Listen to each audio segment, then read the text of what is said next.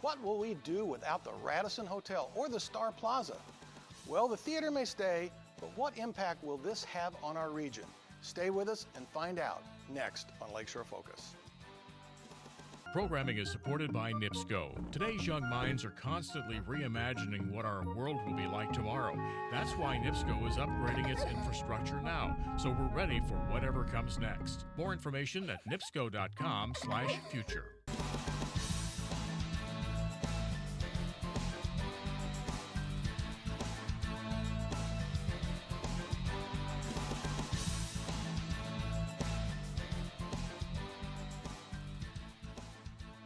Welcome again to Lakeshore Focus, a weekly show highlighting the key issues, important events, and interesting people in our region. I'm Keith Kirkpatrick. White Lodging announced in October that they were tearing down the Radisson Hotel and the Star Plaza Theatre. There would be a replacement hotel, but no theater. The community was alarmed and a response came forth. A decision was revisited and an announcement was made that the Star Plaza would stay. This set of events caused a number of people to ask, what will happen or what could have happened? Our guests today come from two arenas where the impact would have been great. To hear their thoughts, we have Sue Reed, who is the president and CEO of the Crossroads Chamber of Commerce, and Speros Batistatos, who is the president and CEO for the South Shore Convention and Visitors Authority. Glad to have you both on here, and I got your name right, didn't I? You did, thank you. So I practiced it for all these years. It's taken me 40. So for some of you, Sue, your chamber covers what area? So this is kind of relevant to the conversation. Well, relevant to the conversation, predominantly the Maryville and Crown Point communities. However, we have members from LaPorte County, all through Porter County, Lake County, and Jasper County. So we really do have a very large footprint of businesses that we represent in the area. So this closing or this change going on has a huge impact on your membership particularly. Yes, it does. Okay. Actually, on, I believe, the whole region, not just the Maryville, Crown Point area. Okay. And Speros, I know this has a huge impact on what you do.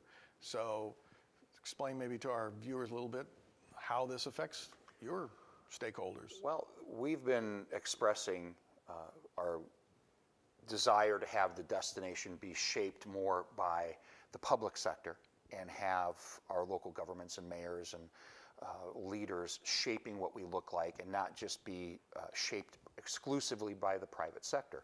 The Radisson represents about 6-7% of our inventory. It's going to be a huge loss with respect to what little marketable conference space we had. So you talk about inventory, you mean the hotel rooms? Correct. Okay. What very little conference space we had, and a conference space is what's owned by the private sector because we don't have a convention center in Lake County, is now gone. So as of the first of this year, the theater aside, we're happy the theater is going to stay open.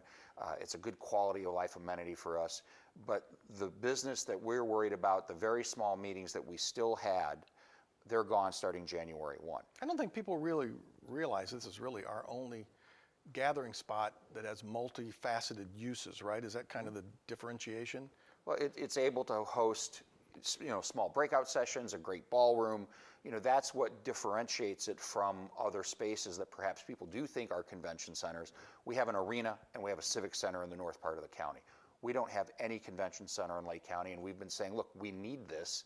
And now this is kind of proof and point that private sector just said we're shutting down. And it's going to take 2 to 3 years to build, and we'll see on the other side. And we also have some spaces that could be used. They're just banquet centers, though, and we have a few theaters, but they're like in high schools and things, right? I can't send we can't send sales staff down to compete against Fort Wayne, which has 275,000 square foot of space in their convention center, which was publicly built with a food and beverage tax. So how big is the Radisson's space? 30,000. 30,000, that's it. So what was your reaction when you heard this first, Sue? I mean, when you heard this? Shocked and devastated. We use the Radisson extensively for events that we put on as a chamber, but also for the economic impact it's going to have on the region. Without having those small conventions, when those people come, they're using our restaurants, they're shopping in our retail, they're staying in our hotels, they're spending their money here. And now when it comes down, it's going to be a big hole at 65 and 30. And But they're going to build another hotel. It won't be a hole, right? Well, eventually, but when it comes down, it's not going to have a very good welcoming feeling to the Maryville Hobart community when you get off at 65 and 30. So there was no rumblings of this at all? No kind of talk about it? I think that there's been some conversation for quite a while for the need to freshen the product. When I got the news, I had two questions. One, can we do it in phases? And two, this is going to open the door for a convention center. So, I'm optimistic that this has helped us get the message out to people that, Sue's talking about. These people spend $300 a day. Every room night we lose represents a loss of $300 a day. We're talking about, starting January 1, a loss of 80,000 to 100,000 room nights a year. That's real simple math.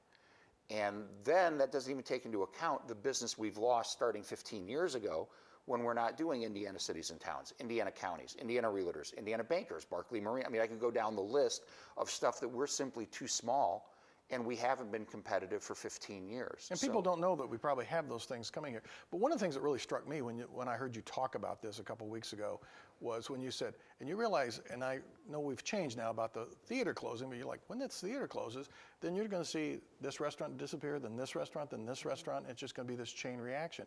And those are your members. Correct. So this could happen, just not the theater. Now, have we really salvaged that? We're told that the theater will be here for a while. I've yet to speak to Charlie Blum. I've reached out to him actually this morning to try to get, as of the taping of the show, to get into and see him and get exactly what they're planning, because I have not been a part of that discussion, nor should we. But we need to understand what the plan is. But it seems that they've run the numbers and looked at the math, and it makes more sense to keep it than perhaps it does to tear it down. I was a little surprised that they reversed themselves, because what I know of White Lodging, they're very careful about, being very meticulous about, here's our plan, this is what we're going to do. But, something of this enormity, you have to be flexible, and I think this flexibility cut in our favor, which will allow a beloved, iconic attraction in our community to add to the quality of life for us. This is not going to be a big economic driver for outside money. That market's already right-sized itself about 10, 15 years ago. There's so much competition for the live music dollar now that we're pretty much the ones that are going to go see the shows here. We may get somebody from 30, 40 miles away, but it's not like the heyday where people were coming in from 200 miles away, spending the night for a couple of nights. Those days are over. Right. But, we get 40, 50 shows a year. It's great quality of life, but it's not a game changer for our need to make public investment in a convention center. So, Sue, I asked you how you felt when you heard they were going to tear it down. How'd you feel when you heard that they were going to keep the theater? I was happy that the theater, because of the quality of life issues, and I think to a little bit of an extent, it will help the restaurant industry, because people will typically go out to dinner for a show or maybe go out for a cocktail afterwards. But the Radisson coming down and losing these tourism dollars coming into the community is a ripple effect beyond the restaurants and the retail. We're hearing from our members that need to remodel. One of our members made a comment that he is looking at a $4 million investment in remodeling that he's going to hold off on, because he doesn't know, if we don't get this convention center, what is our area going to be 5 years from now. So it's affecting jobs. It's, investment in the area. I mean, I don't think people realize the massive impact it could have on our communities. What I've tried to tell people and get them to explain is, think about downtown Indianapolis. They built the Hoosier Dome, absent having any tenant for it, and they've built the convention center, and look at the impact it had on downtown. When the public sector makes an investment, the private sector follows. And it's not just in building more hotels and restaurants and renovation of those kind of properties. It is the car dealerships, the small business, every business that you can name. Every person that's in leadership Northwest Indiana owns a business or manages something that's impacted by our ability to attract dollars from outside the market. Whether you're a funeral home director or a grocery store owner, our 15,000 employees buy products, spend money. The customer comes in and spends money when their tire blows out, when they have their kids for a softball tournament, they go down to Strax. We touch everybody.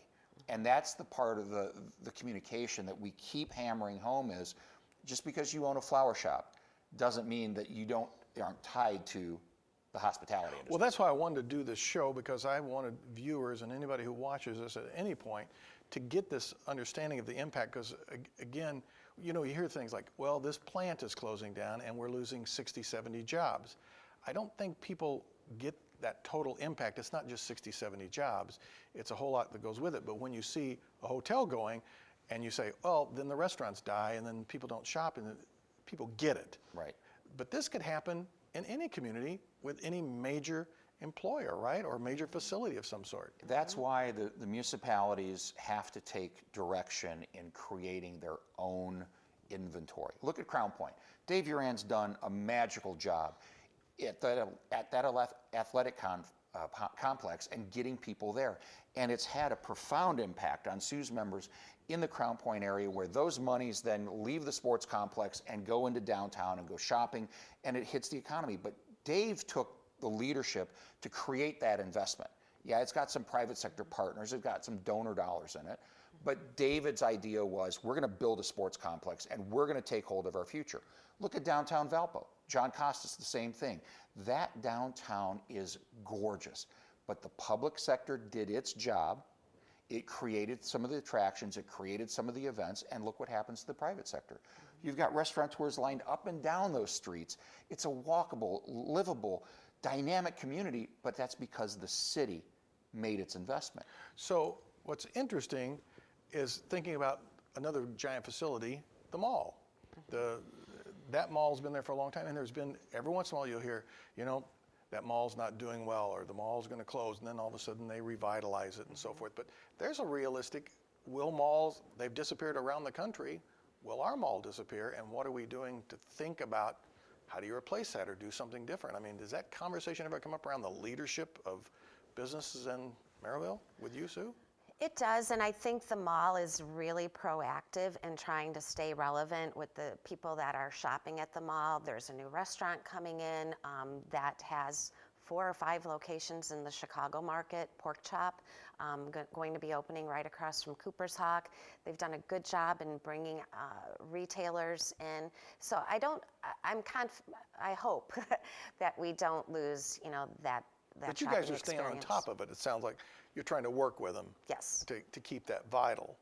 So, Speros, you would love to see a convention center come here, because you've talked about that a number of times. Some sort of something for, what does that look like to you? What, if I could say, hey, you can have whatever you want, what would you want? Well, I think that's why we're going to go through a study process with the RDA. To me, intuitively, I believe it looks like about 100,000 square foot of usable space. Now that might be 80, it might be 110, but it's somewhere in that neighborhood, about half of what Fort Wayne has right now. And it's got the breakout rooms, it's got everything that it needs to do, but we're trying to keep the pipeline of money coming into the community. That's what this is about. It's not a building because we say it, it's about keeping those visitors with their $300 a day in their pocket coming to Northwest Indiana and spending that money. You want to get it out of their pocket, right? Absolutely, and they've earned it somewhere else, and that's why 88% of it stays in our economy, because we're not feeding their kids and schooling them and picking up their garbage and plowing their streets. That all is money that somebody else has to spend. All they do is dump money into our economy. We want to open that pipeline up so that we're doing 100,000, 200,000, 300,000 delegates a year with that money. That's what it's all about. If you had a choice of a place to put it, where would you put it? I think that we have to look at every corner of the county. 10 years ago, I would have told you the only place it could be is 65 and 30. I no longer believe that. I think with the double tracking that's going on, with the 94 corridor, with the West Lake corridor, with the 109th exit, I think we truly have to take a step back. We have to employ the kind of professionals that do gravity modeling, that do all of this that's beyond my pay grade, and then let them come back and say, that's the spot. Wherever that spot is, that's not for us to say. I think we have to take a look at it and say, what makes most sense for not only today, but 30 years from now. But how do you feel about that, Ms. Crossroads Chamber? Where would it go? I agree 100%. We have to look at 30 years from now, where the concentration of hotels and restaurants are going to be to attract. And we are so movable now with the interstates and the roads that we have in place. So you don't see that, you wouldn't necessarily advocate for that to go right here in Maryville, Crown Point area? No, I trust the judgment of the RDA and Spiro and his expertise in this area, and the company that's going to be used to do the feasibility study and determine what is the best location and support You guys are good regional leaders saying that. That's what it takes, though. I mean, we can no longer, and Sue is very gracious to invite me every now and then to come and speak, and I try to get the chambers, no matter where I'm speaking to, I said, don't put your hand in the air because you're going to embarrass yourself. None of us spend money only in the municipality we live. Right. Okay? I live in Cedar Lake. My office is in Hammond. My eye doctor's in Whiting. My gym is in Cherville. My butcher's in St. John. I could go on and on and on. Borders mean nothing to anyone with money in their pocket. Borders are only important to the people who are elected to serve within them. Okay? The consumer that we're trying to get, the customer we get, they don't know where Dyer stops and Cherville starts. And you know what? They don't care. They don't know where Lake County stops and Porter County starts. They don't care. If we give them a compelling reason to take in the dunes and Fair Oaks and a winery in LaPorte County and whatever it is, they're going to get in their car and they're going to drive because we gave them the information.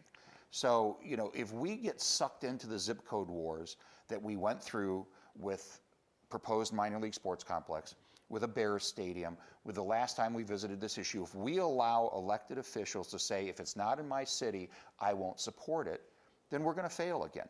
And we should hold those people accountable to be regional leaders to say, look, I understand if it ends up in Lowell, it's going to help Maryville. If it ends up in Hammond, it's going to help Gary.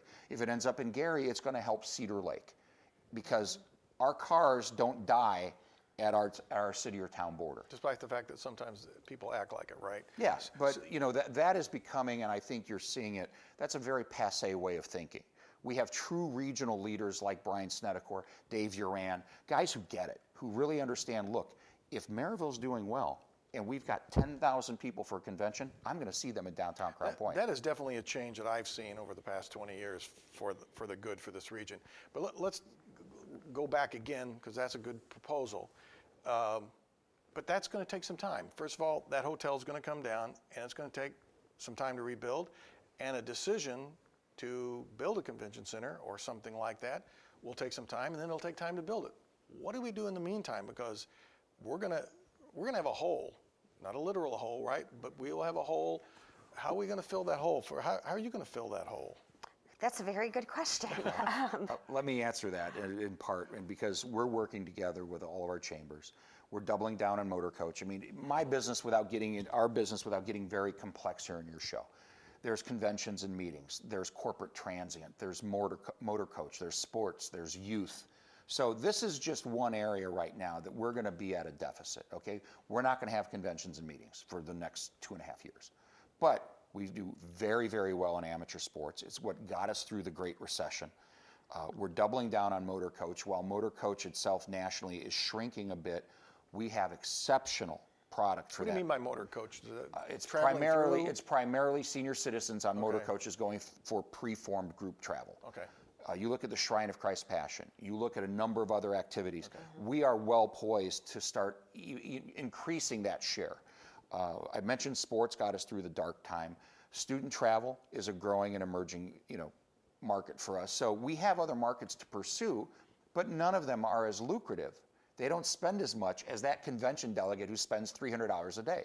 So we're going to double down on motor coach. We're going to double down on youth sports. We're going to keep doing executing the basics and advocating that we've got to get that guy in the suit and tie that wants to go to Geno's or Gamba's or, whose company doesn't mind that I took Keith to dinner tonight and we ran up a $250 bill because that's my job. Right.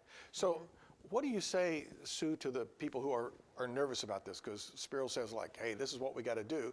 But you got small business owners around here who go, this is still going to affect me. I don't know what I'm going to do here.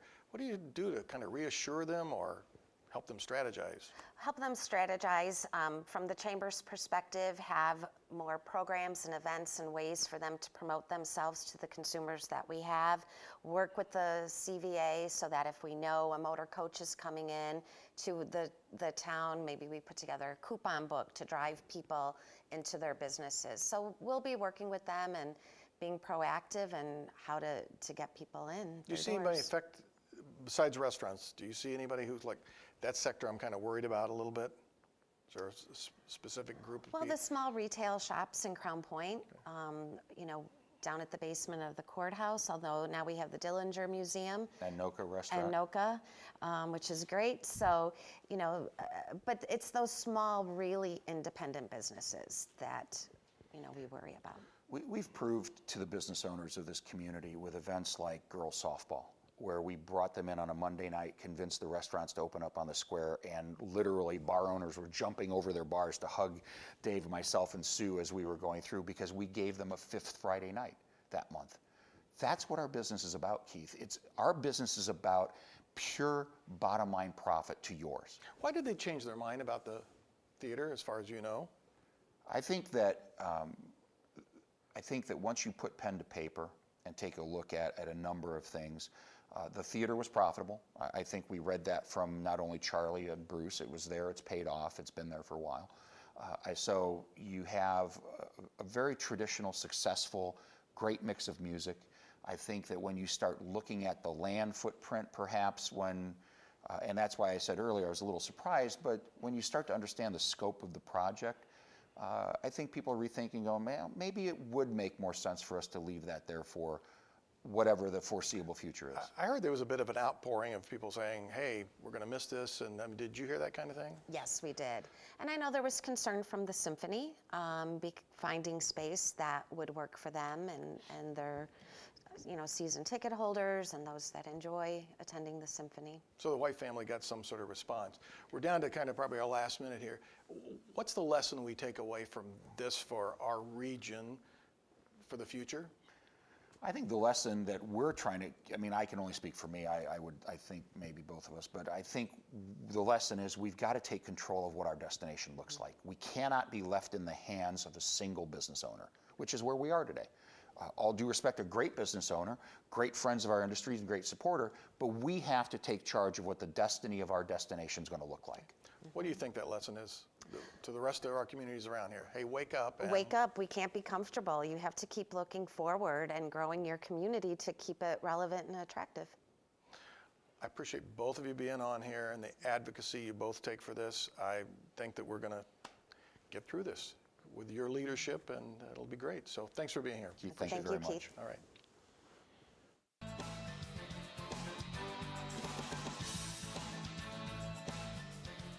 We often hear, no one listens to my opinion.